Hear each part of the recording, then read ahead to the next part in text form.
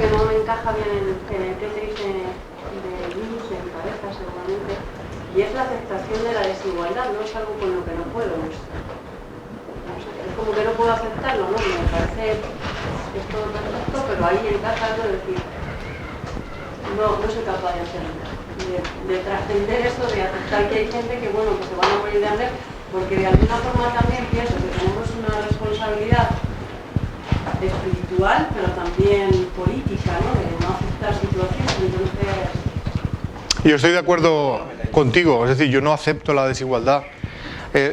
Esto no es para decir las cosas son así y no hay nada que hacer, para nada, sino de entender de dónde vienen.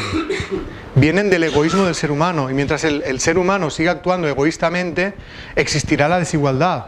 Viviremos las situaciones desde las dos caras, sabiendo que seremos oprimidos si hemos sido opresores, porque habrá otras personas con el mismo egoísmo que nos oprimirán, hasta que nos demos cuenta que ni es justo estar oprimido ni es justo ser opresor.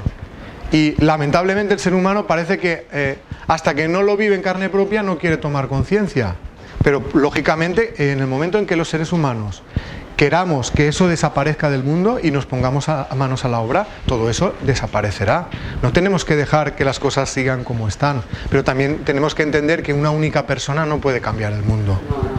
Lo digo porque a veces eso nos da impotencia de ver cómo está el mundo y decir, me gustaría hacer algo para que las cosas cambiaran, pero hay una sensación de impotencia de decir, ¿y qué puedo hacer yo? Yo puedo aportar un granito de arena, pero el granito de arena de uno, el granito de arena del otro, del otro, del otro, del otro, ya se va haciendo una montaña y poco a poco sí que van sucediendo los cambios. Sí que es cierto que a veces los que más quieren cambiar son los que menos capacidad tienen, porque es la gente de a pie. Los que están arriba, que tienen mucha capacidad de poder cambiar el mundo, son los que menos interés tienen. Por eso a veces pues tienen que bajar abajo y empezar de cero para que cojan la onda. Y así seguramente llegará un momento en que todos los que estemos en la humanidad tengamos un mínimo de conciencia para entender que ciertas circunstancias de sufrimiento no son deseables para nadie. Y entonces pues la Carta de los Derechos Humanos se aplicará realmente y nadie pasará por ciertas cosas como el hambre, la miseria, las desigualdades, las injusticias. Y yo espero que en el futuro todo eso ocurra, pero va lento, va lento. Pero el propósito es precisamente el intentar que a través del cambio del interior también cambie la humanidad, la sociedad en su conjunto. Pero eso depende de muchos cambios individuales. Nosotros nos podemos cambiar a nosotros mismos y esperar que nuestro ejemplo le ayude al de al lado a hacer el suyo, pero no le podemos obligar a hacer ese cambio. Entonces, mientras haya mucha gente que no quiera hacer ese cambio, todavía la humanidad seguirá pues sufriendo las consecuencias del egoísmo del mundo. Pero llegará a un punto crítico, siempre llega a un punto crítico. Por supuesto, cuando haya una masa de gente suficientemente importante para conseguir esa transformación social, entonces dará un vuelco. Pero todo eso traerá muchos conflictos. Y está trayendo, porque frente a una cantidad de gente cada vez más creciente que quiere ese cambio, todavía sigue habiendo una cantidad importante de gente que no quiere que se produzca el cambio y que se enfada cuando observan cambios y reaccionan de forma agresiva. Entonces todo eso provoca luchas, porque también los otros se pueden asustar, acobardarse al ver esa reacción agresiva, y entonces eso hace que pierdan fuerza. Entonces también tiene que haber una valentía de enfrentarse a esa oposición al cambio, ¿no? que está habiendo en la actualidad. Sale tanto a nivel micro como a nivel macro. Efectivamente. Pero cuando estamos en la fase espiritual, ¿seguimos manteniendo la misma individualidad? Sí, ha preguntado. Sí, por un lado eso. Y luego encima también, cuando estamos en esa fase, ¿dónde estamos? ¿Es un lugar? ¿Qué es? Porque imagínate, por ejemplo, hubo una época que había cientos de miles de seres humanos y ahora pasamos de los 4.000 millones. ¿Dónde estaban todos esos? En la pregunta, para los que no habéis oído, la primera pregunta es si aquí tenemos una individualidad, si al pasar al plano espiritual se mantiene la individualidad o no. Por supuesto que se mantiene exactamente igual. Al pasar allí no somos diferentes a como somos aquí. Lo que cambia es la conciencia de la realidad. Somos más conscientes de lo que hay. Aquí somos como los caballos que van con los parches y cuando vamos allí nos los quitamos. Y eso hace que nuestra percepción de la vida cambie, pero nuestra individualidad se mantiene. Lo que sí que solemos ser más conscientes es de los lazos de unión que tenemos con los otros seres. Aquí vivimos como cada uno un poco a su aire, a su bola, y allí nos damos cuenta que todo lo que hacemos, o hay una interconexión más profunda de lo que pensamos con los demás. Básicamente que todos somos hermanos. Nos damos cuenta de eso. El que quiere darse cuenta, el que no quiere sigue igual, ¿eh? Y luego, ¿dónde vamos cuando morimos? El plano espiritual tiene una estructura tan compleja como la del plano físico. No pensamos que vamos a ir ahí y estaremos pululando en el espacio vacío. Hay una realidad en el plano espiritual. Cada planeta físico tiene su correspondiente planeta espiritual. Es un planeta de una naturaleza más sutil que la de la naturaleza del mundo físico, pero es tan real como para nosotros esto. Hay una naturaleza, hay una civilización. Sí, sí. Hay como diferentes niveles vibratorios, dependiendo del nivel que cada uno tenga, se sitúa en uno de esos niveles. Y la realidad es más perfecta y se vive más feliz cuando más evolucionado se está. Porque la capacidad del interior de esos seres hace que las sociedades sean más armónicas. Entonces, toda la gente que estamos encarnando aquí, antes estábamos en el plano espiritual. Lo que ha cambiado ahora, que la lista de espera para encarnar es mucho más corta, porque como hay tantas posibilidades, pero antes también estaban y existían. Pues sí, a través de los sueños a veces se tiene, ¿no? Ese contacto con seres amados que han desencarnado ya, ¿no? Pero no siempre, es como algo que tú no puedes manejar, ¿no? Me ha muerto tu madre y de repente la ves y tal. Yo también estoy de acuerdo que para mí esta experiencia fue muy real, ¿no? Pero sí que me gustaría saber pues, alguna técnica o alguna asociación o algo que realmente trabaje sobre ello, porque hay muchas personas que no creen en ello, ¿no? Pero si tú tienes esa experiencia, tú la puedes tener, te atreves a tenerla, pues ya no es decir que te lo cuenta nadie, sino que tú mismo ya la has tenido y has podido vivenciarlo. Sí, mira, para la parte técnica me escribes un correo electrónico, en el libro está el correo, y yo te doy la explicación completa, ¿no? Pero sí que voy a dar unas pequeñas pinceladas de qué es para mí lo básico para poder conseguir la separación del cuerpo físico. Y es el perder el miedo a la experiencia. Si tú mantienes el miedo, nunca saldrás. Hay gente que empieza a practicar los ejercicios y empieza a sentir cosas como el dejar de sentir el hormigueo. Eso es lo primero que ocurre, el hormigueo en las extremidades, dejar de sentir la sensación del cuerpo físico, y cuando empiezan a sentir eso se asustan y bloquean la experiencia. Entonces, para poder salir de verdad hace falta perder el miedo a lo que te pueda pasar. Cosas básicas. Vas a volver seguro, o sea, miedos que tiene la gente. A ver si es que luego me salgo y no puedo volver. No pasa nada. Vas a volver aunque no quieras. Porque es como que llega un momento en que el cuerpo te tira. O sea, cuando te sales siempre se mantiene la unión a través del cordón de plata, ¿vale? Y llega un momento que es como decir, se ha acabado tu tiempo, como en el vis a vis. Se ha acabado tu tiempo, te tienes que volver. Joder, con lo bien que estoy. No. El cuerpo te tira y vuelves. Otro miedo que tiene la gente, a que le den por muerto cuando entra y ven que no controlan su cuerpo. Es que yo he notado que me he quedado paralizado, yo estaba consciente y no podía mover el cuerpo. Eso suele ocurrir cuando la vuelta al cuerpo es abrupta, es rápida, entonces el espíritu necesita un rato para colocarse. Mientras no se ha colocado del todo, no tiene el control sobre el cuerpo. Es como la peli Avatar. Hasta que no se metía ahí en la cápsula y se estaba un ratillo, no controlaba el movimiento de su avatar, ¿no? Pues a nosotros nos ocurre lo mismo. Mejor cosa que hacer cuando notas eso de que no te puedes mover. Relájate, duérmete y cuando te despiertes ya estará todo bien. Otro miedo.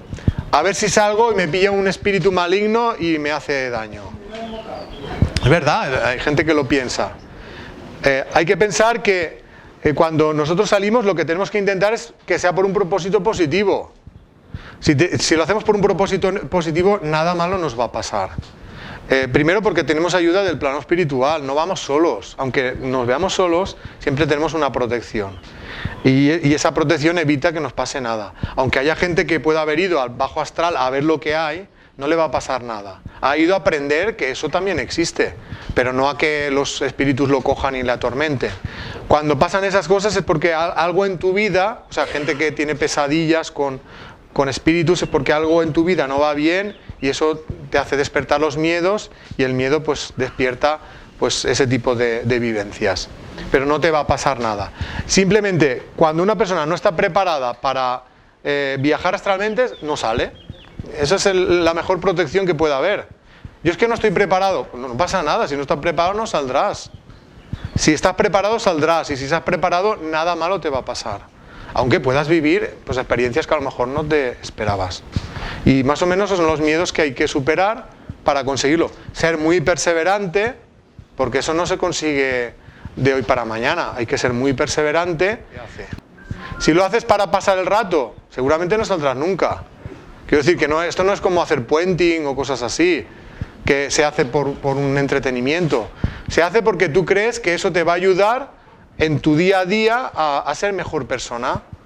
Y si lo haces con ese propósito, pues seguramente en algún momento te darán las ayudas que necesites. A lo mejor no se llega a salir nunca conscientemente, pero a lo mejor eso facilita despertar una sensibilidad, que los sueños sean más productivos, que las intuiciones que se tengan también lo sean, a llevar una vida más consciente. Pero la evolución espiritual no depende de haber tenido un viaje astral o no, depende de la voluntad que uno ponga en mejorarse a sí mismo, tenga o no tenga la experiencia del viaje astral. Pero intentarlo todos podemos. Y viajar todos lo hacemos, aunque sea inconscientemente, que es durante la noche. Cuando nos dormimos salimos. Eso es una necesidad que tiene el espíritu. Es como quitarse la armadura y estar libre durante un rato. Por eso es bueno dormir, no solo para el descanso del cuerpo, sino para el descanso del espíritu. La diferencia es la conciencia que se tiene de que has salido o no. En el viaje astral tienes conciencia plena, la realidad es tan real como que ahora estamos aquí, y en los sueños esa conciencia está un poco borrosa, porque de esa manera se tiene menos miedo. Claro, porque lo único que miedo frena es la salida consciente. Exacto. Y por eso se dice que cuando el carcelero duerme, el prisionero sale. Exacto, exacto. ¿Había antes por ahí alguna mano por atrás? Sí, sí. Todo eso, señor, que han hecho esos experimentos de comunidad y todo eso, no hay nada sobre los suicidas. Hay varios libros, yo no sé, en estos artículos... En estos artículos no sé si se habla de algún caso así, de que haya contactado a alguien que se ha suicidado. Yo sí que sé que hay literatura mediúmnica, o sea, libros en los que ha contactado un espíritu que se ha suicidado y ha contado su vivencia a partir del momento del suicidio. Hay un libro que se llama Memorias de un suicida, que cuenta toda esa experiencia. Lógicamente, el hecho de suicidarse no es nada bueno desde el punto de vista espiritual. Eso no quiere decir que sea irreparable. Lo que suele ocurrir es que el espíritu que se ha suicidado pasa un tiempo reviviendo la experiencia del suicidio, sintiendo lo que han sentido las personas que le querían, y llega al momento en que se da cuenta que ha sido inútil, porque nada ha cambiado por haberse suicidado. Quiere decir, los problemas que tenía los sigue teniendo porque su conciencia sigue existiendo. Entonces, cuando llega ese momento, lo que suele ocurrir es que se le prepara para una encarnación rápida y volver al mundo para enfrentar exactamente los mismos problemas que dejó por haberse suicidado. Y eso es un poco el resumen de... ¿Puedo decir una cosa? Sí. También hay creencias que dicen que igual como tú has mencionado hoy, que siempre elegimos nuestra vida antes de nacer, también creen que toda muerte es un suicidio, porque todo el mundo decide el momento de su muerte.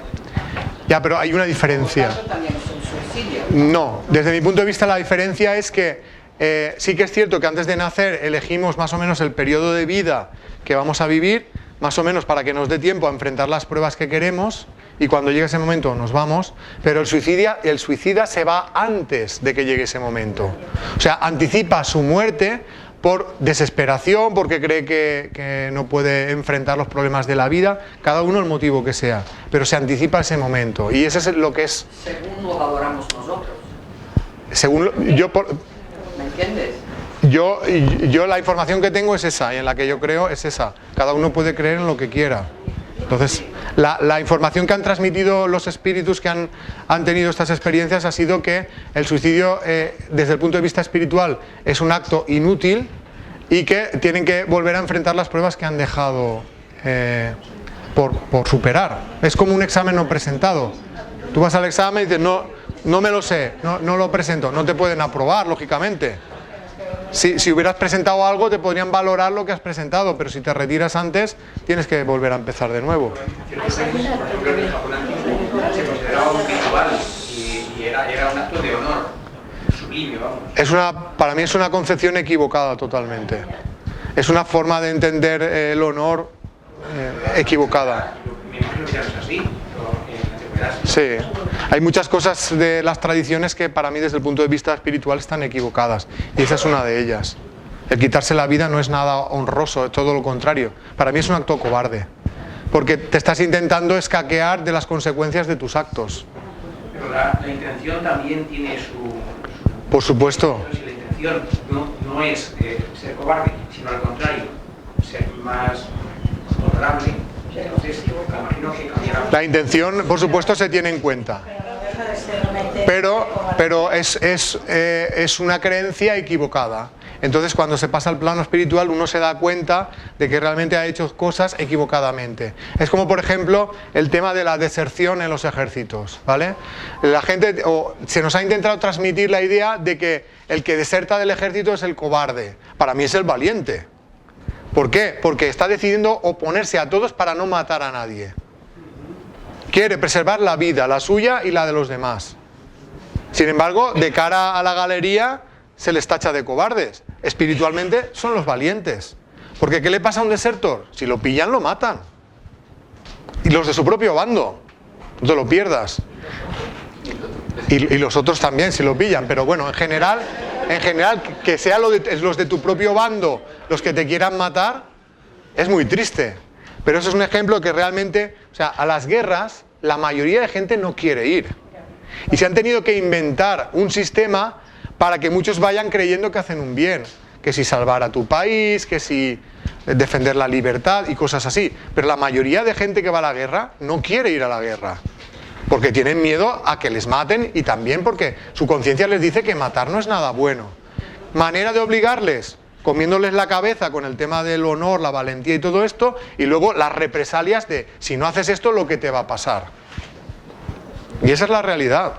Por eso ese tipo de cosas del honor, de matarse, está muy relacionado con esa manipulación para que la gente mate y muera en las guerras y en las batallas. Es una manipulación de la conciencia. Yo quería saber si venimos ya con una intención quizá para juzgar los errores anteriores o para aprender de lo que hemos aprendido. ¿Qué papel tienen las enfermedades? Sí, ha preguntado que qué papel tienen las enfermedades en el tema de la evolución. Eso es la otra charla, la que de ayer en Salamanca hablamos un poquito, cuál sería el significado espiritual de la enfermedad. Para mí la enfermedad puede venir bien porque una persona está sufriendo en este mundo y llega un momento que no hace nada para solucionarlo y acaba enfermando a consecuencia del sufrimiento, y a veces también hay enfermedades que se eligen por lo que ha ocurrido en otras vidas. Entonces es a través de la enfermedad uno vive una situación de sufrimiento semejante a la que vivió o a la que hizo pasar a otras personas. En cualquier caso, siempre es una herramienta de evolución. La enfermedad debilita las barreras mentales que aprisionan la manifestación del interior y eso hace que la sensibilidad aflore. Entonces, para mí es una herramienta de evolución espiritual. A veces reflejo del sufrimiento del interior, que en ese caso, seguramente, si cambiamos interiormente, la enfermedad también mejorará, y hay veces que ya se elige para vivirlo y hay que intentar llevar la vida lo mejor que se pueda, sabiendo que cuando termine la vida, pues esa enfermedad desaparecerá y lo que nos llevaremos es el aprendizaje que hemos vivido a través de esa enfermedad. Pero si tenéis alguna pregunta más. Has dicho que aquí es cuando venimos a aprender. Cuando estamos del otro lado, allí no aprendemos. Por supuesto, por supuesto. Se aprende en los dos lados. Yo suelo decir que este es el examen práctico. Así es como aprendes, por supuesto se aprende de todo, pero necesitamos venir aquí para ponernos a prueba en ciertas cosas. Es como eso, como el examen práctico con el coche. Allí hay más teoría y aquí hay más práctica. Tenemos que ponernos a prueba y superar, evolucionar con nuestro propio esfuerzo. Allí tenemos mucha más ayuda, aquí tenemos menos. Y eso hace que eso nos estimula a que tengamos que sacar mucho de nosotros mismos para enfrentar las pruebas de la vida. Y eso allí es más difícil que se pueda hacer. Pero por supuesto que evolucionamos aquí y evolucionamos allí. ¿Quién ha organizado todo esto? Para mí hay un Dios, por supuesto. Por encima de todo hay un ser superior. La conciencia universal o divina, ¿no? Sí, cada uno le puede... ¿Qué? Todos somos parte de esa conciencia. Yo pienso que aparte de la suma de conciencias hay algo más con conciencia propia y ese sería para mí Dios. Pues si lo queréis, ¿no? Sí. Con respecto al libre albedrío, porque si en realidad tenemos tantos preconceptos, ¿dónde está la decisión libre? ¿Cómo distingo que la decisión que tomo viene desde la libertad de conciencia o la estoy tomando desde esos preconceptos? Porque ahí a veces digo, ¿dónde está el libre albedrío? El libre albedrío siempre está. Otra cosa es que uno lo ceda por la presión de la educación represiva. Entonces ahí el trabajo está en no permitir que la educación vulnere tu libre albedrío, sino que tú, pues, digamos, tener la valentía suficiente de decir, yo quiero decidir mi vida. Si tú estás dejando que otros decidan, en cierta manera también es una decisión de tu voluntad el haberlo hecho. Luego también hay que pensar el tema de las decisiones que parecen fatalidades del destino, ¿no? Es decir, a ver, yo no he elegido que ocurra esto en mi vida ahora. En esta vida no, pero hay veces que antes de nacer uno prepara las pruebas más importantes de la vida, el momento del nacimiento y la muerte, el tiempo que se va a vivir, y eso es un libre albedrío de efecto retardado. O sea que aparece porque lo decidiste antes de encarnar. Y no es una fatalidad del destino. Es decir, que hay un libre albedrío de esta vida y un libre albedrío de efecto retardado que corresponde a las decisiones tomadas antes de encarnar. Pues lo dejamos aquí. Muchas gracias.